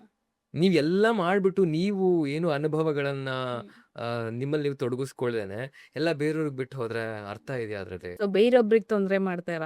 ಸೊ ನನ್ನ ಆತ್ಮನ ಈ ಜನ್ಮದಲ್ಲಿ ನನ್ಗೆ ಹೆಂಗ್ ಬೇಕೋ ಆ ತರ ಒಳ್ಳೆ ರೀತಿಲಿ ತಗೊಂಡು ಎಲ್ಲದನ್ನು ಅನುಭವಿಸ್ಬೇಕು. ಹೌದು, ಯಾರು ಕೇರ್ ಮಾಡ. ಸತ್ಯವಾಗ್ಲೂ ಹೇಳ್ತೀನಿ, ಇದೆಲ್ಲ ಒಬ್ಬ ಜನಗಳ ಮೂಢತನ. No one is bothered about anyone else. ಅವ್ರ ಜೀವನ, ಅವ್ರ ಖುಷಿ ಅಷ್ಟೇ. ಸುಮ್ಮನೆ ಮೇಲ್ನೋಟಕ್ಕೆ ಆಯ್ತು ಅವ್ರು ಚೆನ್ನಾಗಿರ್ಬೇಕು, ಇವ್ರು ಚೆನ್ನಾಗಿರ್ಬೇಕು, ಅದರ ಎಂಥದ್ದು ಇಲ್ಲ. ಫಸ್ಟ್ ಅವ್ರ ಪ್ರಯಾರಿಟಿ, ನಾನ್ ಸರಿಯಾಗಿದ್ದೀನ, ನನ್ನ ಸುತ್ತ ಸರಿಯಾಗಿದೆ, ಅಷ್ಟೇ ಸಾಕು. ಆಮೇಲೆ ನೆಕ್ಸ್ಟ್ ಇಂಥವ್ರ ಕಡೆ ಏನಕ್ಕೆ ಗಮನ ಕೊಡ್ಬೇಕು ನೀವು? ಅರ್ಥ ಇದೆಯಾ? ಹೌದಾ? ಏನಕ್ಕೆ ದೇ ಆರ್ ನಾಟ್ ವರ್ತ್. ಮೊದಲನೇದು. ಎರಡನೇದು ದೇ ಆರ್ ಲೀಸ್ಟ್ ಇಂಟ್ರೆಸ್ಟೆಡ್. ನೀವ್ ಯಾಕೆ ನಿಮ್ ಶಕ್ತಿ ಅವ್ರ ಮೇಲೆ ಅರ್ಥ ಮಾಡ್ಕೋಬೇಕು ಹೇಳಿ? ಇದನ್ನ ಅರ್ಥ ಮಾಡ್ಕೊಂಡ್ರೆ ದೇವ್ರ ಅವಶ್ಯಕತೆನೂ ಇಲ್ಲ, ಜನಗಳ ಅವಶ್ಯಕತೆನೂ ಇಲ್ಲ. ಆರೋಗ್ಯವಾಗಿ ನೀವು ಪ್ರಕೃತಿಯಲ್ಲಿ ಒಂದಾಗಿರ್ತೀರಾ. ನೀವ್ ಯಾವಾಗ ಪ್ರಕೃತಿಯಿಂದ ನಿಮ್ ಒಳಗಿನ ಪ್ರಕೃತಿ ಮತ್ತು ಹೊರಗಡೆ ಪ್ರಕೃತಿಯಿಂದ ದೂರ ಹೋಗೋಕೆ ಶುರುವಾಗ್ತೀರಾ, ಎಲ್ಲಾ ರೀತಿಯಾದ ಮಾನಸಿಕ ಸಮಸ್ಯೆಗಳು, ದೈಹಿಕ ಸಮಸ್ಯೆಗಳು ಶುರುವಾಗುತ್ತೆ. ನೀವು ನಿಮ್ ನಿಜವಾದ ಪ್ರಕೃತಿ ಜೊತೆ ಸಂಬಂಧ ಬೆಳೆಸಿ, ಹೊರಗಡೆ ಇರೋ ಪ್ರಕೃತಿ ಜೊತೆ ಒಂದಾಗಿ ಮುಗೀತು. ಯಾರು ನಿಮ್ಮನ್ನ ಮುಟ್ಟಕ್ಕಾಗಲ್ಲ. ನಿಜವಾದ ದೇವ್ರು ಹೊರಗೆ ಪ್ರಕೃತಿಯಲ್ಲೇ ಇದ್ದಾನೆ. ಒಂದ್ ಗಿಡ ನೆಟ್ಟಿರಲ್ಲ ಯಾರು ಅವ್ರ ಜೀವಮಾನ ಇಡೀ. ನನಗೆ ಒಳ್ಳೆ ಆಹಾರ ಬೇಕು ಅಂತ ಹೇಳಿದ್ರೆ ಕಷ್ಟ ಯಾರಿಗೂ ಬೇಡ, ಬರೀ ಯಾವಾಗ್ಲೂ ಸುಖ ಬೇಕು ಅಂದ್ರೆ ಹೆಂಗ್ ಸಾಧ್ಯ? ಎಷ್ಟ್ ಯಾವ ಹಂತ ತನಕ ಯಾರಾದ್ರೂ ಸ್ಯಾಕ್ರಿಫೈಸ್ ಮಾಡಕ್ಕಾಗತ್ತೆ ಹೇಳಿ? ಒಂದ್ ಹಂತ ತನಕ ಮಾಡ್ತಾರೆ, ಆಮೇಲೆ ನಿನ್ ಜೀವನ ನೀನು ನೋಡ್ಕೊ ಅಂತ ಬಿಟ್ಬಿಡ್ತಾರೆ. ಅದ್ ಮುಂಚೆನೆ ಮಾಡ್ಬಿಟ್ರೆ ಎಲ್ಲರೂ ಸ್ವಾವಲಂಬಿ ಅಂತ ಹೇಳ್ತಾರೆ. ಆದ್ರೆ ಅದನ್ನ ಮಾಡಕ್ ಏನ್ ಬೇಕೋ ಅದಕ್ಕೆ ಎನ್ಕರೇಜ್ಮೆಂಟ್ ಇರಲ್ಲ.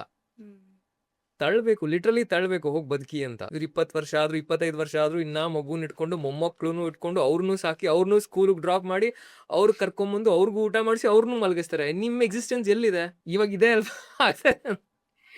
ಅರ್ಥ ಇದೆ ಇದ್ರಲ್ಲಿ? ಇನ್ ಹೆಂಗ್ ಆರೋಗ್ಯವಾಗಿರಕ್ಕಾಗತ್ತೆ ವಯಸ್ಸಾದ್ಮೇಲೆ? ಯಾವ ವಯಸ್ಸಲ್ಲಿ ಯಾವ ರೆಸ್ಪಾನ್ಸಿಬಿಲಿಟಿ ತಗೊಂಡು ಯಾವ ಕೆಲಸ ಮಾಡ್ಬೇಕು ಅದನ್ನ ಮಾಡ್ಬೇಕು.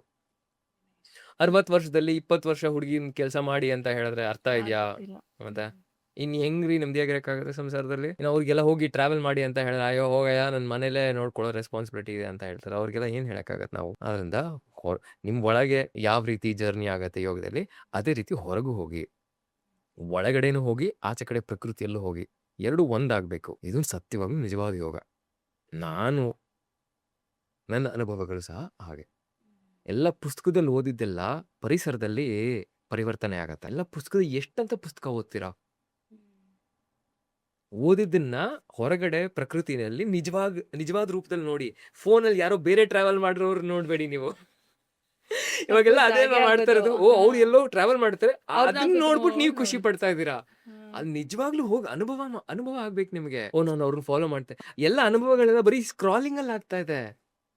ಅದನ್ನ ತೆಗೆದು ತಿಪ್ಪೆಗೆ ಬಿಸಾಕಿ ಹೋಗಿ ನಿಜವಾದ ಜಗತ್ತಲ್ಲಿ ಹೆಂಗಿದೆ ಅಂತ ಅನುಭವಗಳನ್ನ ತಗೊಳ್ಳಿ.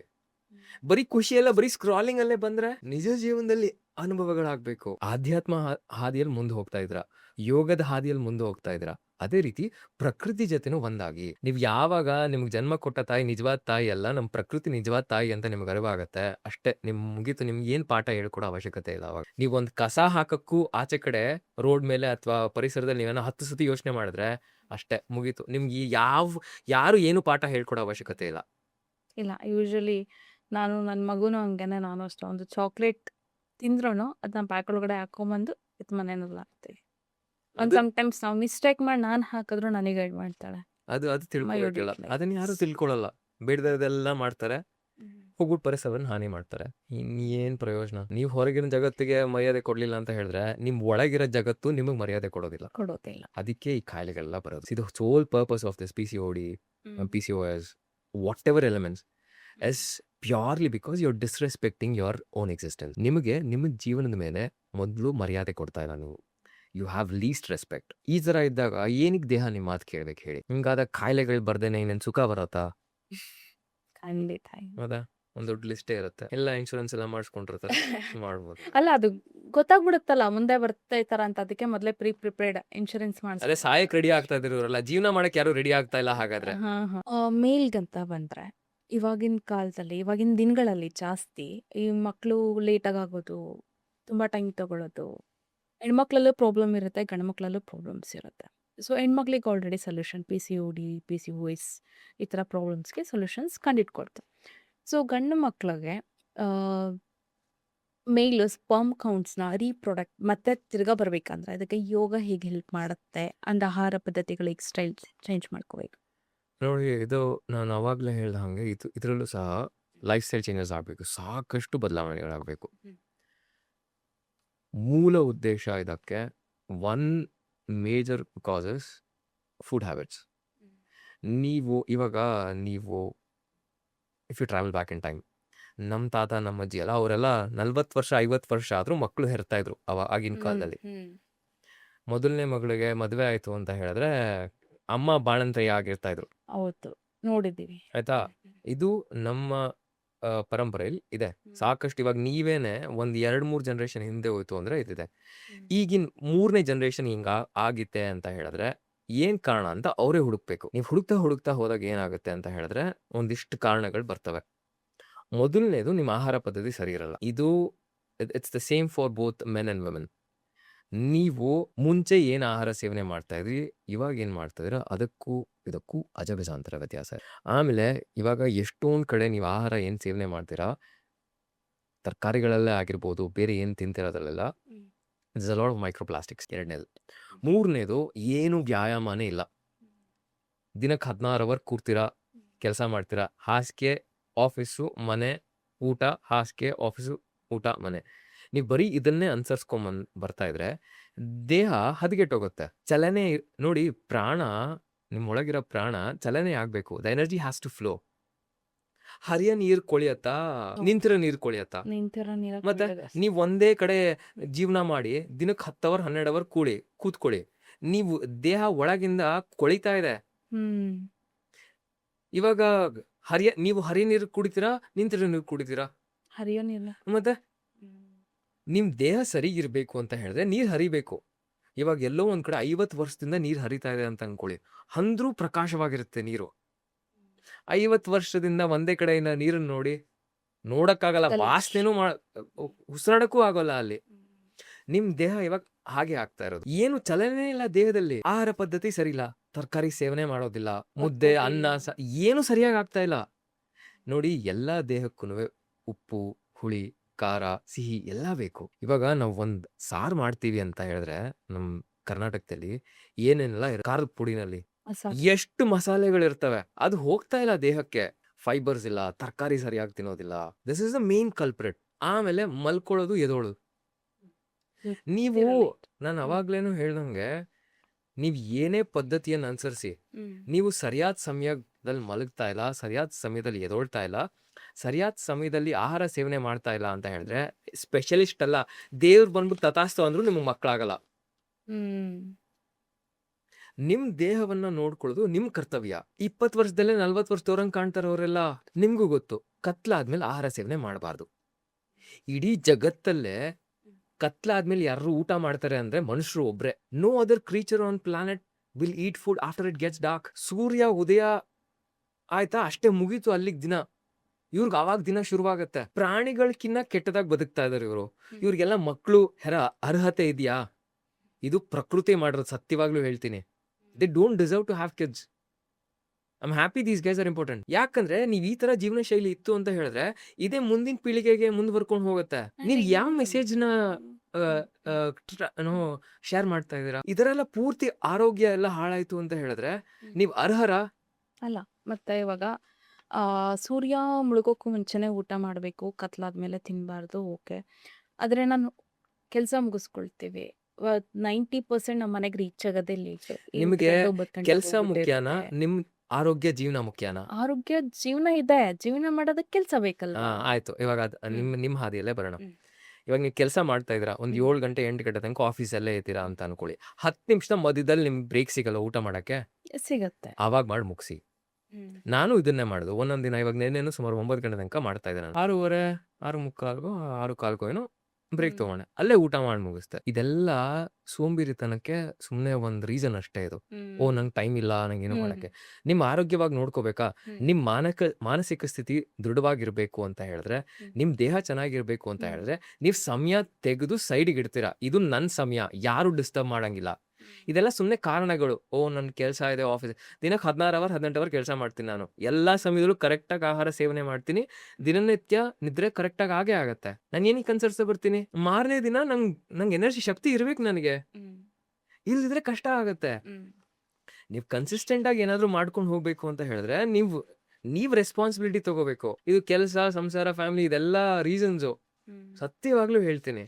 ಹೆಣ್ಮಕ್ಳು ಮೆನ್ಸ್ಟ್ರುವಲ್ ಸೈಕಲ್ ಟೈಮಲ್ಲಿ, ಎವ್ರಿ ಮಂತ್ ಪೀರಿಯಡ್ಸ್ ಟೈಮಲ್ಲಿ ಫಿಸಿಕಲ್ ವರ್ಕೌಟ್, ಯಾಕಂದರೆ ಕೆಲವು ಹೆಣ್ಮಕ್ಳಿಗೆ ತೊಂದರೆಗಳಿರುತ್ತೆ, ಇನ್ನು ಕೆಲವು ಹೆಣ್ಮಕ್ಳು ಸ್ಟ್ರಾಂಗ್ ಆಗಿರ್ತಾರೆ, ಗೊತ್ತೇ ಆಗಲ್ಲ ಅವ್ರಿಗೆ ಪೀರಿಯಡ್ಸ್ ಆಗ್ತಿದೆ ಅಂತ. ಇಂಥ ಟೈಮಲ್ಲಿ ಏನು ಅನ್ಸುತ್ತೆ, ಇದು ವಾಕ್ ಹೋಗ್ಬಿಡೋಣ, ಇಲ್ಲ ಏನಾದ್ರು ಫಿಸಿಕಲ್ ವರ್ಕೌಟ್ ಮಾಡೋಣ ಅಂತ ಅನ್ಸುತ್ತೆ ಹೆಣ್ಮಕ್ಳಿಗೆ.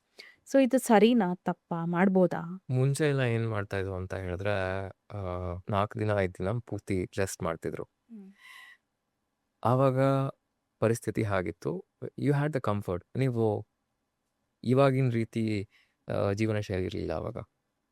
ಋತುಸ್ನಾನ ಆಯಿತು ಅಂದರೆ ಪೂರ್ತಿ ಮನೇಲೇ ವಿಶ್ರಾಂತಿ ಇರ್ತಿತ್ತು. ಇವಾಗ 1000 ರೆಸ್ಪಾನ್ಸಿಬಿಲಿಟೀಸ್ ಇದೆ ನಿಮ್ಮ ತಲೆ ಮೇಲೆ. ನೀವು 5 ದಿನ ಸುಮ್ಮನೆ ಮನೇಲಿ ಕೂರೋಕ್ಕಾಗಲ್ಲ. ಅವ್ರಿಗೆ ಆಗಲಿಲ್ಲ ಅಂದ್ರೂ ಹೋಗಿ ಕೆಲಸ ಮಾಡಲೇಬೇಕು. ಆಫೀಸಲ್ಲಿ ಕೇಳಲ್ಲ. ಏನೋ 1 ದಿನ ರಜಾ ಕೊಡ್ಬೋದು, 1-1.5 ದಿನ ಕೇಳ್ಬೋದು ಬೇಕಾದ್ರೆ. ಇವಾಗ ಮೆನ್ಸ್ಟ್ರುವಲ್ ಲೀವ್ ಅಂತಾನು ಸ್ಟಾರ್ಟ್ ಆಗಿದೆ ಎಷ್ಟೊಂದು ಕಡೆ. ಒನ್ ಡೇ ಒನ್ ಡೇ ಏನು ಅದರಿಂದ ಒನ್ ಡೇಲಿ ಏನಾಗುತ್ತೆ? PMSA 2-3 ದಿನ ಹಿಂಸೆ ಪಡ್ತಾ ಇರ್ತಾರೆ ಎಲ್ಲ. ಇದಕ್ಕೆ ಪರ್ಮನೆಂಟ್ ಸೊಲ್ಯೂಷನ್ ಅಂತ ಹೇಳಿದ್ರೆ ನೀವು ನಿರಂತರವಾಗಿ ಅಭ್ಯಾಸವನ್ನು ಅನುಸರಿಸ್ತಾ ಬರಬೇಕು. ಸೊ ನಿಮಗೆ ಸೈಕಲ್ ಆಗಿದೆ ಅಂತಾನು ನಿಮ್ಗೆ ಎಫೆಕ್ಟ್ ಆಗೋದಿಲ್ಲ ಆವಾಗ. ಇವಾಗ PMSA ಒಂದು 3-4 ದಿನ, ಆಮೇಲೆ ಸೈಕಲ್ ಟೈಮು, ಅದಾದ್ಮೇಲೆ ಇನ್ನೂ ಒಂದು 4 ದಿನ, ದಿನಕ್ಕೆ 10 ದಿನ ಅಲ್ಲೇ ಹೊರಟೋಗುತ್ತೆ ಎಷ್ಟೊಂದು ಜನಕ್ಕೆ. ಇವಾಗ ನನ್ನ 1-2 ಜನ ಫ್ರೆಂಡ್ಸ್ ಇದ್ದಾರೆ, 7-8 ದಿನ ಬೇಕು ಅವ್ರಿಗೆ ಅದರಿಂದ ಹೊರಗೆ ಬರೋಕ್ಕೆ. 1 ತಿಂಗಳಲ್ಲಿ 30 ದಿನದಲ್ಲೇ 10 ದಿನ 7 ದಿನ ಅಲ್ಲೇ ಹೊರಟೋದ್ರೆ ತುಂಬ ಕಷ್ಟ. ಇದಕ್ಕೆ ನಾನು ಅವಾಗಿಂದ ಎಲ್ಲ ಹೇಳ್ದಂಗೆ ಎಲ್ಲ ಬದಲಾಯಿಸ್ತಾ ಬರಬೇಕು. ಆಹಾರ ಪದ್ಧತಿ, ದಿನಚರಿ, ನಿದ್ರೆ, ಊಟ, ಲೈಫ್ ಸ್ಟೈಲ್ ಪೂರ್ತಿ ಎಲ್ಲ ಬದಲಾಗಬೇಕು. ಅದಾದ್ಮೇಲೆ ಮಾನಸಿಕವಾಗಿ ಪೂರ್ತಿ ರಿವೈರ್ ಆಗ್ಬೇಕು ನೀವು. ಅದು ಸಖತ್ ಮುಖ್ಯ. ಅದಾಯ್ತು ಅಂತ ಹೇಳಿದ್ಮೇಲೆ ದೇಹಕ್ಕೆ ಯಾವ ವ್ಯಾಯಾಮಗಳನ್ನು ಮಾಡಬೇಕು ಅದನ್ನ ಅಂತರಿಸ್ತಾ ಬರಬೇಕು. ನೀವು ದೇಹ ನೋಡ್ಕೊಳಕ್ ಮೊದಲು ಶುರು ಮಾಡ್ಬೇಕು. ಸತ್ಯವಾಗ್ಲೂ ಹೇಳ್ತೀನಿ. ನಿಮ್ especially a women's body is a sacred place. ಆಯ್ತಾ? Why? Because it has the ability to give life to another soul. ಈ ರೀತಿ ಎಷ್ಟು ಜನ ಯೋಚನೆ ಮಾಡ್ತಾರೆ. ಹೆಂಗಸರ ದೇಹದಲ್ಲಿ ದೇಹನೇ ದೇವಸ್ಥಾನ. ಯಾಕಂದ್ರೆ ಅಲ್ಲಿಂದ ಜೀವ ಬರುತ್ತೆ. ಎಷ್ಟು ಜನ ಈ ತರ ಮನೋಭಾವನೆಯಲ್ಲಿ ಅವ್ರ ದೇಹವನ್ನ ನೋಡ್ತಾರೆ? ತುಂಬಾ ಕಮ್ಮಿ ಆಗ್ಬಿಟ್ಟಿದೆ ಇವಾಗ. ಅಲ್ಲ, ಯಾರಿಗೂ ಇದು ತಲೆಲೂ ಇರಲ್ಲ. ಜೀವ ಕೊಡ್ತಾ ಇದ್ದೀರಾ ನೀವು. ನಿಮ್ ದೇಹದಿಂದ ಇನ್ನೊಂದು ಜೀವ ಬರ್ತಾ ಇದೆ. ಹೆಂಗ್ ನೋಡ್ಕೋಬೇಕು? ಮನೆಯೆಲ್ಲ ತೊಳಿತಾರೆ, ದೇವ್ರ ಮನೆಯೆಲ್ಲ ತೊಳಿತಾರೆ, ದೇಹವಂತೂ ಒಳಗಡೆ ಹೆಂಗ್ ಕೊಳ್ತೋಗ್ತಾ ಇದೆ ಗೊತ್ತಿಲ್ಲ ಅವರಿಗೆ. ಸಿಂಪಲ್ ವರ್ಕೌಟ್ಸ್ ಸಿಂಪಲ್ ವರ್ಕೌಟ್ ಅಂತ ಏನೂ ಇಲ್ಲ, ಆಯ್ತಾ? ಬೆಳಿಗ್ಗೆ ವಾರ್ಮ್ ಅಪ್ ಒಂದೊಂದು ಅಭ್ಯಾಸಗಳನ್ನ ನಿರಂತರವಾಗಿ ಮಾಡ್ತಾ ಹೋಗ್ಬೇಕಷ್ಟೆ. ಇದರಲ್ಲಿ ಸಿಂಪ್ಲಿಸಿಟಿ ಅಂತ ಎಂಥದ್ದು ಇಲ್ಲ. ನೀವು ಅಭ್ಯಾಸ ಮಾಡ್ತಾ ಮಾಡ್ತಾ ಶಕ್ತಿ ಕಮ್ಮಿ ಇತ್ತಾ ಶಕ್ತಿ ಹೆಚ್ಚಾಗ್ತಾ ಹೋಗುತ್ತೆ. ದೃಢತೆ ಸ್ಥಿರತೆ ಕಮ್ಮಿ ಇತ್ತಾ ಅದು ಜಾಸ್ತಿ ಆಗ್ತಾ ಹೋಗುತ್ತೆ. ಹೋಗ್ತಾ ಹೋಗ್ತಾ ಹೋಗ್ತಾ ಹಂತವಾಗಿ ನೀವು ಅಭ್ಯಾಸಗಳನ್ನ ಮುಂದುವರ್ಸ್ಕೊತಾ ಹೋಗ್ಬೇಕು. ನೀವು ಶುರು ಮಾಡ್ಬೇಕೆಲ್ಲಾದ್ರೂ. ನೀವು ಶುರು ಮಾಡಕ್ಕೆ ತಯಾರಿಲ್ಲ. ಬರೀ ಒಂದು ಪದ್ಧತಿಯನ್ನ ಅನುಸರಿಸಿ ಆರೋಗ್ಯವಾಗಿರಕ್ಕೆ ಸಾಧ್ಯ ಇಲ್ಲ, ಆಯ್ತಾ? ನೀವು ದೇವರಲ್ಲ, ನೀವು ಯಾವುದು ಅವತಾರ ಪುರುಷರು ಅಲ್ಲ. ನೀವು ಅಭ್ಯಾಸಗಳನ್ನ ಅನುಸರಿಸ್ತಾ ಬನ್ನಿ. ಅದರಿಂದ ಹೊರಗೆ ಬರಕ್ಕೆ ಏನೇನ್ ಮಾಡ್ಬೇಕು ಅದನ್ನ ಅನುಸರಿಸ್ತಾ ಬರಬೇಕು. ನಾನು ಬರೀ ಆರೋಗ್ಯವಾಗಿ ತಿನ್ಬಿಡ್ತೀನಿ ಅದರಿಂದಾನೇ ಆಗುತ್ತಾ ಅಂದ್ರೆ ತಿನ್ಬೋದು, ಆಗ್ಬಹುದು. ನಿಮಗಾಗಿದ್ದ ಅನುಭವನೇ ಬೇರೆಯವ್ರಿಗೆ ಆಗ್ಬೇಕು ಅಂತ ಏನಿಲ್ಲ. ಯಾರಿಗೂ ಒಂದು ಪದ್ಧತಿ ಸರಿ ಬಂತು ಅಂತ ಹೇಳಿದ್ರೆ ಎಲ್ಲಾರ್ಗೂ ಅದೇ ಪದ್ಧತಿ ಸರಿ ಬರ್ಬೇಕು ಅಂತ ಏನಿಲ್ಲ. ಇವಾಗ ನಾನು ಯಾರೋ ಒಬ್ರಿಗೆ ಹೇಳ್ಕೊಟ್ಟಿದ್ದು ಬೇರೆಯವ್ರಿಗೆ ಅದನ್ನ ಹೇಳ್ಕೊಟ್ಟಾಗ ಅವ್ರಿಗೆ ಕೆಲಸ ಪ್ರಯೋಜನ ಆಗ್ದೇನೂ ಇರ್ಬೋದು. ನೀವ್ ಕಂಡಿಡ್ಕೋಬೇಕು. ಯೋಗಾಭ್ಯಾಸ ಮಾಡಿದ್ರೆ ನಿಮ್ ದೇಹ ಸ್ಪಂದಿಸುತ್ತಾ, ಯೋಗಾಭ್ಯಾಸ ಮಾಡಿ. Start running. ರನ್ ಮಾಡೋದ್ರಿಂದ ನಿಮ್ ದೇಹ ಸ್ಪಂದಿಸುತ್ತಾ, ಅದನ್ನ ಅನುಸರಿಸಿ. ಎರಡೂ ಇಷ್ಟ ಇಲ್ವಾ ನಿಮ್ಗೆ, ಡಾನ್ಸ್ ಮಾಡಕ್ ಹೋಗ್ತೀರಾ, ಭರತನಾಟ್ಯಂ ಕಲಿತೀರಾ, ಅದನ್ನ ಅನುಸರಿಸಿ. ನೀವ್ ಯಾವ ಕೆಲ್ಸವನ್ನ, ಯಾವ ಅಭ್ಯಾಸವನ್ನ ಅನುಸರಿಸ್ತೀರಾ ಅದ್ರಲ್ಲಿ ಫಸ್ಟ್ ಶಾಂತಿ ಕಂಡುಕೋಬೇಕು. ನೀವು ಯೋಗಾನೇ ಮಾಡಿ ಎಲ್ಲಾರು ಅಂತ ನಾ ಹೇಳ್ತಿಲ್ಲ. ಯೋಗಾನೇ ಮಾಡ್ಬೇಕಂತಾನೂ ಏನೂ ಇಲ್ಲ. ನಿಮ್ಗೆ ಮಾಡೋದ್ರಿಂದ ಯಾವ್ದ್ರಿಂದ ಖುಷಿ ಬರುತ್ತೆ ಅದ್ ಸಖತ್ ಮುಖ್ಯ. ಇವ್ರು ಮಾಡೋದ್ರಲ್ಲಿ, ಕೆಲಸ ಮಾಡೋದ್ರಲ್ಲಿ ಖುಷಿ ಇಲ್ಲ, ಅಭ್ಯಾಸ ಮಾಡೋದ್ರಲ್ಲಿ ಖುಷಿ ಇಲ್ಲ, ತಿನ್ನೋದ್ರಲ್ಲಿ ಖುಷಿ ಇಲ್ಲ, ಮಲ್ಗೋದ್ರಲ್ಲಿ ಖುಷಿ ಇಲ್ಲ, ಜೀವನದಲ್ಲೇ ಖುಷಿ ಇಲ್ಲ. ಇನ್ನ ದೇಹ ಹೆಂಗ್ ನೆಮ್ಮದಿಯಾಗಿರತ್ತೆ? ನೀವು ಎಷ್ಟೇ ವ್ಯಾಯಾಮ ಮಾಡಿ, ಏನೇ ಮಾಡಿ ಆಯ್ತಾ, ಮನಸ್ಸು ಸರಿ ಇಲ್ಲ, ನಿಮಗ್ ನೆಮ್ಮದಿ ಇಲ್ಲ ಅಂತ ಹೇಳಿದ್ರೆ ಏನು ಪ್ರಯೋಜನ ಆಗೋದಿಲ್ಲ. ಆದ್ರೆ ಕಮಿಂಗ್ ಟು ಯೋರ್ ಕ್ವೆಶ್ಚನ್, ಇವಾಗ ಇದೆಲ್ಲದ್ರಿಂದ ಹೊರಗೆ ಬರಬೇಕು ಅಂತ ಹೇಳಿದ್ರೆ ಖಂಡಿತವಾಗೂ ಒಂದೊಂದೇ ಅಭ್ಯಾಸಗಳನ್ನ ಅನುಸರಿಸ್ತಾ ಬರಬೇಕು. ಸೂರ್ಯ ನಮಸ್ಕಾರದಿಂದ ಶುರು ಮಾಡಿ, ಸ್ಟ್ಯಾಂಡಿಂಗ್ ಆಸನಗಳು ಮಾಡಿ, ಬೆನ್ನು ಸರಿಯಾಗಿ ಇಟ್ಕೊಳ್ಳೋಕ್ಕೆ ಟ್ವಿಸ್ಟಿಂಗ್ ಮಾಡಿ, ಬ್ಯಾಕ್ ಬೆಂಡಿಂಗ್ ಮಾಡಿ. ಈಗ ಇಮ್ಯುನಿಟಿ ಹೆಚ್ಚಾಗಕ್ಕೆ ಫಾರ್ವರ್ಡ್ ಬೆಂಡಿಂಗ್ ಮಾಡಬೇಕಾಗತ್ತೆ. ಶೀರ್ಷಾಸನ, ಸರ್ವಾಂಗಾಸನ ಯಾರ್ಯಾರಿಗೆ ಸೈಕಲ್ಸ್ ಪ್ರಾಬ್ಲಮ್ ಇರುತ್ತೆ ಅದು ಒಂಥರ ರಾಮಬಾಣ ಇದ್ದಂಗೆ, ಪೂರ್ತಿಯಾಗಿ ಒಳಗಡೆಯಿಂದ ಸಿಸ್ಟಮ್ ಪೂರ್ತಿ ಕ್ಲೆನ್ಸ್ ಆಗತ್ತೆ. ಶೀರ್ಷಾಸನ is called as the king of all asanas. ಸರ್ವಾಂಗಾಸನ is called as the mother of all asanas. ನೀವು ಶೀರ್ಷಾಸನ, ಸರ್ವಾಂಗಾಸನ ಮಾಡಿದ್ರಿ ಅಂತ ಹೇಳಿದ್ರೆ ರಾಜ ರಾಣಿ ಹೆಂಗಿರ್ತಾರೆ ಹಂಗಿರ್ಬೋದು ಸೊ ನೀವು. ಎರಡನ್ನ ಅಭ್ಯಾಸ ಮಾಡ್ಬಿಟ್ರೆ ಹಂಗಂತ ಇವಾಗ ನಾನು ರಾಜ ರಾಣಿ ಹಂಗಿರಿ ಅಂತ ಹೇಳ್ದಂತ ದಿನಾ ಶೀರ್ಷಾಸನ, ಸರ್ವಾಂಗಾಸನ ಮಾಡೋದಲ್ಲ. ಯಾವ್ಯಾವ ಅಭ್ಯಾಸಗಳನ್ನ ಮಾಡ್ಬೇಕು ಅದನ್ನ ಮಾಡ್ಬಿಟ್ಟು ಅದಾದ ನಂತರ ಇದನ್ನು ಅನುಸರಿಸ್ಬೇಕು. ಇವಾಗ ರಾಜ ಹೆಂಗಿರ್ತಾನೆ, ರಾಣಿ ಹೇಗಿರ್ತಾಳೆ, ಸುಮ್ನೆ ತಮಾಷೆಯಾಗಿ ಹೇಳ್ತಾ ಇಲ್ಲ oh it's a king of all asanas, this the queen of all asanas. ಏನಕ್ಕೆ ಹಂಗೆ ಹೇಳ್ತಾರೆ ಅಂತ ಹೇಳಿದ್ರೆ, ನೀವು ಶೀರ್ಷಾಸನ ಮತ್ತೆ ಸರ್ವಾಂಗಾಸನ ಮಾಡೋದ್ರಿಂದ ನಿಮ್ ದೇಹ ರಾಜ ರಾಣಿ ಹೇಗಿರ್ತಾರೆ ಆ ರೀತಿ ಭಾವ ಇರುತ್ತೆ ನಿಮ್ ದೇಹದಲ್ಲಿ. ಇವಾಗ ರಾಣಿಗಳನ್ನ ನೋಡಿದಿರ ಅಲ್ವಾ, ಮಹಾರಾಣಿಗಳನ್ನ ನೋಡಿದ್ರ ಹೇಗಿರ್ತಾರೋ ಅವ್ರು ನೋಡಿದ್ರೆ ಖುಷಿ ಆಗೋದು ನಿಮ್ಗೆ. ಆ ರೀತಿಯಾದ ಅನುಭವ ನಿಮಗ್ ಬರುತ್ತೆ. ಬಾಡಿ ಆಕರ್ಷಣೆ ಆಗ್ಲಿ, ಏನೇ ಆಗಿರ್ಬೋದು, ನಿಮ್ಮ ಮುಖದಲ್ಲೇ ಕಳೆ ಇರುತ್ತೆ. ನಿಮ್ಮ ಮುಖದಲ್ಲಿ ಯಾವಾಗ ಕಳೆ ಇರುತ್ತೆ ಅಂದ್ರೆ ಒಳಗಡೆ ಕಳೆ ಹುಟ್ಟಬೇಕು. ಹೊರಗಡೆ ಚೆನ್ನಾಗಿ ಮೇಕಪ್ ಹಾಕೊಂಡು ಬರೀ ಬೇಡದರದೆಲ್ಲ ತಿಂದ್ರೆ ಹೊಟ್ಟೆಗೆ ಸರಿಯಾಗಿ ಪೌಷ್ಟಿಕಾಂಶ ಆಹಾರವನ್ನ, ಸತ್ವಭರಿತ ಆಹಾರವನ್ನು ಸೇವನೆ ಮಾಡ್ಬೇಕು ನಿಮ್ಮ ಮೊದಲು. ಆವಾಗ ನೀವು ಹೊರಗಡೆ ಜಗತ್ತಿಗೆ ಏನು ತೋರಿಸೋ ಅವಶ್ಯಕತೆ ಇಲ್ಲ. ನೀವು ಒಳಗಡೆ ಏನ್ ತಿರ್ತೀರಾ ನಿಮ್ ಮುಖದಲ್ಲಿ ಸಹಜವಾಗಿ ಕಾಣುತ್ತದು. ಬರೀ ಕಸ ಹಾಕ್ತಾ ಇದ್ರೆ ಹೊಟ್ಟೆಗೆ ಮುಖದಲ್ಲೂ ಕಸಾನೇ ಇರತ್ತೆ. ಹಳ್ಳಿಗಳಿಗೆ ಹೋಗಿ ಆಯ್ತಾ, 80 ವರ್ಷ 90 ವರ್ಷ ಆದ್ರೂ ಅವ್ರು ನೋಡಿದ್ರೆ ನಿಮ್ಗೆ ಅನ್ಸದೇ ಇಲ್ಲ, 50 ವರ್ಷದವ್ರಂಗ್ ಇರ್ತಾರೆ. ನನ್ ಮೊನ್ನೆ ಯಾವಾಗ್ಲೂ ಒಬ್ರು ರೈತರನ್ನ ಭೇಟಿ ಆಗಕ್ ಹೋಗಿದ್ದೆ. 85 ವರ್ಷ ಆ ರೈತರಿಗೆ, 40 ವರ್ಷದವ್ರ ಎನರ್ಜಿ ಇದೆ ಅವರಿಗೆ. ಏನಕ್ಕೆ, ಎಲ್ಲಿಂದ ಬಂತು? ಹಳ್ಳಿಲಿ ಇರೋರು, ಇವ್ರು ಸಿಟಿಲಿ ಡೆವಲಪ್ಡ್ ಜಾಗದಲ್ಲಿ ಇದ್ಬಿಟ್ಟು ಹಿಂಗಿದ್ರೆ ಅದರಿಂದ ಹೊರಗೆ ಬರ್ಬೇಕಾ? ನಿರಂತರವಾಗಿ you don't want to experience any discomfort during your cycle period. ಇದೆಲ್ಲ ಬದಲಾಯಿಸ್ಬೇಕು, ಆಮೇಲೆ ಅನುಸರಿಸ್ಬೇಕು. ಬದಲಾವಣೆ ಆದ್ಮೇಲೆ ನಿಲ್ಲಿಸ್ಬಿಡೋದಲ್ಲ. ಮೋಟಿವೇಶನ್ ಬರೀ 1 ತಿಂಗಳು 2 ತಿಂಗಳು ಇರೋದಲ್ಲ. It has to be a way of life. ಧನುರ್ಮಾಸ ಬಂತು ಅಂತ ಬರೀ ಬೆಳಗ್ಗೆ ಬೇಗ ಎದ್ದು ದೇವಸ್ಥಾನಕ್ಕೆ ಹೋಗೋದಲ್ಲ. Simple techniques for mental rejuvenation. ಸುಲಭವಾದ ಟೆಕ್ನಿಕ್ ಅಂತ ಒಂದ್ ಖಂಡಿತ ಇಲ್ಲ.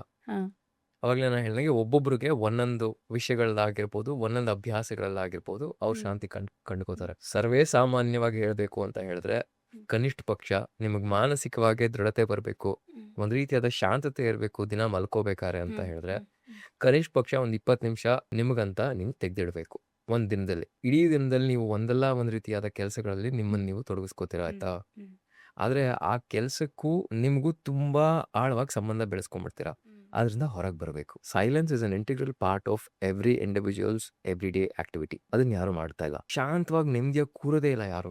ನನ್ಗೆ ದಿನಕ್ಕೆ 3 ಅವರ್ 4 ಅವರ್ ಈ ತರ ಕೂರ್ಲಿಲ್ಲ ಅಂದ್ರೆ ಹುಚ್ಚ ಆಗೋಗ್ತೀನಿ ನಾನು. ಪ್ರತಿದಿನ 3:30 6 ಗಂಟೆ ಇದು ನನ್ನ ಸಮಯ. ಯಾರು ನನ್ನನ್ನು ಮಾತಾಡ್ಸಂಗೂ ಇಲ್ಲ ಆ ಸಮಯದಲ್ಲಿ. ಪ್ರತಿದಿನ ಈ ಸಮಯ ಬೇಕು ನನಗೆ. ಯಾಕೆ? ನನ್ನನ್ನು ನಾನು ಅರ್ಥ ಮಾಡ್ಕೋಬೇಕು. ನಾನು 3 ಅವರ್ 4 ಅವರ್ ಕೊಡ್ತೀನಿ ಅಂದ್ರೆ ನೀವು 20 ನಿಮಿಷದಿಂದ ಆದ್ರೂ ಶುರು ಮಾಡಬೇಕು. ಯಾಕಂದ್ರೆ ಹೊರಗಡೆ ಎಷ್ಟರ ಮಟ್ಟಿಗೆ ಕೊಳಚೆ ಇದೆ ಅಂತ ಹೇಳಿದ್ರೆ ಅದನ್ನೆಲ್ಲ ನಿಮ್ ಒಳಗ್ ಬಿಡ್ಕೋತಾ ಇದ್ದೀರಾ ನೀವು. ಅದನ್ನ ಹೊರಗೆ ಹಾಕೋದು ಯಾವಾಗ? Silence is very very important. ಇಲ್ಲ ಫೋನಲ್ಲಿ ಕಳೆದೋಗಿರ್ತೀರಾ, ಇಲ್ಲ ಹೊರಗಡೆ ಜಗತ್ತಲ್ಲಿ ಕಳೆದೋಗಿರ್ತೀರಾ. ಅಲ್ಲ ಫ್ರೀಯಾಗಿ ಟೈಮ್ ಸಿಕ್ಕಿದ್ರೆ ಫೋನ್ಗೆ ಹೋಗ್ಬಿಡುತ್ತೆ ಕೈ. ಅದ್ರಲ್ಲಿ ಅರ್ಥ ಏನಿದೆ? ಹ್ಮ್ ನೀವು ಇರೋದೇ ಹೆಂಗೆ ಒಂದು ಇಲ್ಲ. ಎಲ್ರಿಗೂ ಟೈಮ್ ಸಿಗುತ್ತೆ, ಎಲ್ರಿಗೂ ಟೈಮ್ ಇದ್ದೇ ಇರುತ್ತೆ. ಆ ಟೈಮಲ್ಲಿ ಏನ್ ಮಾಡ್ತಾರೆ, ಫೋನ್ ತಗೊಂಡು ಇಂಥವ್ರಿಗೆ ಹೇಳಿ, scroll. is your life so disinteresting that you don't have anything to experience for yourself? You need phone. Thing ಅದೇ ನಾನು ಹೇಳ್ತಾ ಇರೋದು. ಅವ್ರ ಲೈಫ್ ಎಷ್ಟು ಬೋರಿಂಗ್ ಆಗಿದೆ ಅಂತ ಹೇಳಿದ್ರೆ, ಇವಾಗ ಯಾರಾದ್ರೂ ಕುತ್ಕೊಂಡು 24 ಗಂಟೆ ಇವಾಗ ನೀವೇನೋ ಮಾಡ್ತಾ ಇರ್ತೀರ ಅನ್ಕೊಳ್ಳಿ, ನೀವು ಮಾಡ್ತಾ ಇರೋದು ಕೇಳಿಸ್ಕೊತಾ ಇಲ್ಲ, ನೀವು ಮಾಡ್ತಾ ಇರೋದು ನೋಡ್ತಾ ಇಲ್ಲ ಅಂತ ಹೇಳಿದ್ರೆ ಅವ್ರ ಲೈಫ್ ಇಂಟ್ರೆಸ್ಟಿಂಗ್ ಇಲ್ಲ ಅಂತಾನೆ ಲೆಕ್ಕ. ನೋಡಿ, ಯಾರ ಹತ್ರ ಆದ್ರೂ ಏನಾದ್ರೂ ಒಂದು ಕಲಿಯೋದು ಇದ್ದೇ ಇರುತ್ತೆ. ಅವ್ರ ಕಲಿಕೆಗೆ ತಯಾರಿರಲ್ಲ. ಯಾಕೆ? ಈಗೋ ಹರ್ಟ್ ಆಗತ್ತೆ. ನಾವೇನಿಕ್ಕೆ ಅವರಿಂದ ಕಲಿಬೇಕು? ಈಸಿಯೆಸ್ಟ್ ವೇ ಫೋನ್ ನೋಡೋದು. ಅವ್ರ ಇನ್ಸೆಕ್ಯೂರಿಟಿನ ಸ್ಕ್ರಾಲಿಂಗ್ ಅಲ್ಲಿ ತೀರ್ಸ್ಕೊತಾ ಇದಾರೆ. ಇದು ಸತ್ಯ. ಇಂದ ಹೊರಗೆ ಬರ್ಬೇಕಾ, ಮೊದಲು ದಿನಕ್ಕೆ ಅಟ್ಲೀಸ್ಟ್ ಒಂದು 20 ನಿಮಿಷ 30 ನಿಮಿಷ ನಿಮಗಂತಾನೆ ಬಿಡಬೇಕು. You start with this. ಇದನ್ನ ಶುರು ಮಾಡಿ ಆಮೇಲೆ ಹೇಗೆ ಅದು ನಿಮ್ಮನ್ನೇ ಹಾಗೆ ಮುಂದೆ ಕರ್ಕೊಂಡು ಹೋಗುತ್ತೆ. But this is very important. ನಿಮಗೆ ನೀವು 30 ನಿಮಿಷ ಇಟ್ಟಿಲ್ಲ ಅಂತ ಹೇಳಿದ್ರೆ ನಿಮಗೆ 24 ಗಂಟೆ ನಿಮಗೆ ಸಿಗ್ತಾ ಇರೋದಕ್ಕೆ ಅರ್ಥ ಅಂತಾನೆ ಹೇಳ್ಬೋದು. Thank you so much Harsha sir. First of all ನಮಗೆ ನನ್ನ ಇನ್ವಿಟೇಷನ್ಸ್ನ ಅಕ್ಸೆಪ್ಟ್ ಮಾಡಿಕೊಂಡು ಬಂದು ಇಷ್ಟು ಟೈಮ್ ಕೊಟ್ಟಿದ್ದಕ್ಕೆ ಧನ್ಯವಾದಗಳು. ಥ್ಯಾಂಕ್ಸ್. Thank you.